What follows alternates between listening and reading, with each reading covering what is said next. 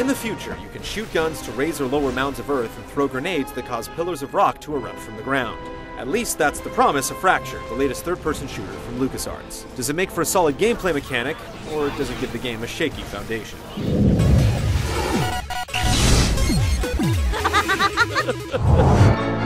In the 22nd century, global warming has caused the oceans to flood the central United States, separating the East Coast from the West. Those crazy Californians began genetically enhancing their bodies to survive, prompting the government to ban such activities, and a civil war is launched. As an Alliance soldier, it's your task to capture the Pacifican president and end the invasion into Atlantic territory. Fracture's plot is a paper-thin attempt to make the game relevant to current events. It's never convincing, and it's hard to care about the flat central characters. You're telepathic? Making matters worse, one of the revelations in the epilogue makes the whole ordeal feel somewhat pointless. Don't be silly, there's no such thing as telepathy. I can't read minds. Some animals, like dolphins or bats, have the ability to communicate subsonically. Many Pacificans have developed a basic ability to do the same, but mine is more advanced. I can send out entire thoughts.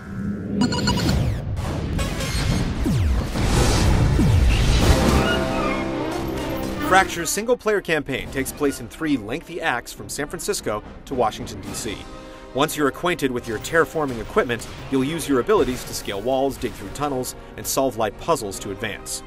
The campaign is fairly linear without much in the way of side routes, but players can search for purple data files to unlock features in the game's weapon testing sandbox.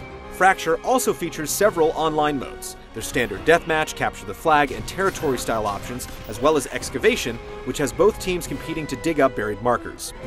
If anything, they're a nice change of pace for most shooters that thrive on kill counts. You'll get 8 to 10 hours from the campaign, and the pace keeps moving with new abilities, new game mechanics, and even a few vehicle sections.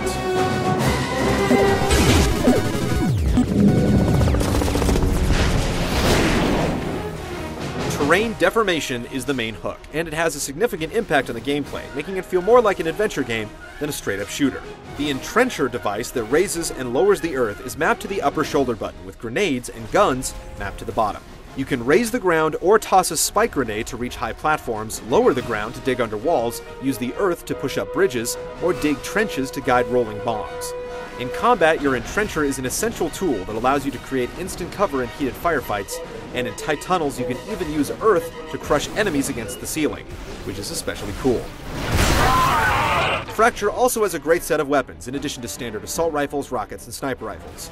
There are torpedoes that glide underground, ricocheting explosives, freeze rays, and vortex grenades that draw massive amounts of enemies and debris into a swirling twister. One of the coolest weapons is the lodestone gun, which draws nearby objects to a single focal point, allowing you to crush enemies with crates, boulders, or local wreckage. However, Fracture's gameplay struggles when it comes to enemy design and AI. The Pacificans you shoot along the way are all slotted in at predetermined points and barely deviate or react when getting shot. Even more challenging opponents, like the flying hydras and quick cheetahs, are more annoying than difficult, as they jump quickly between 3 or 4 predictable points on the map.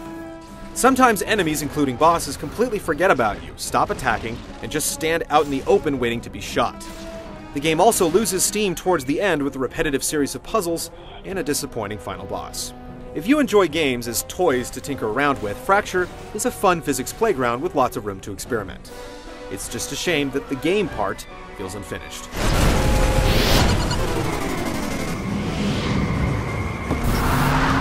It's no earthquake. Fracture's terrain system requires a certain suspension of disbelief.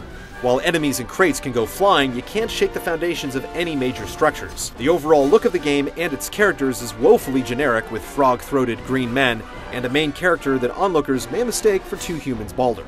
Certain cutscenes are also clearly pre-recorded and poorly compressed, showing ugly artifacts. But the soundtrack is good throughout, matching what you'd expect from a Lucas production. With its terrain-deforming mechanics and physics-based weaponry, Fracture features some creative gameplay ideas and can be a lot of fun. But unfortunately, that creativity isn't matched in the art direction, story, or enemy AI. There's definitely something here that could be turned into a great game, but its execution falls short of its promise.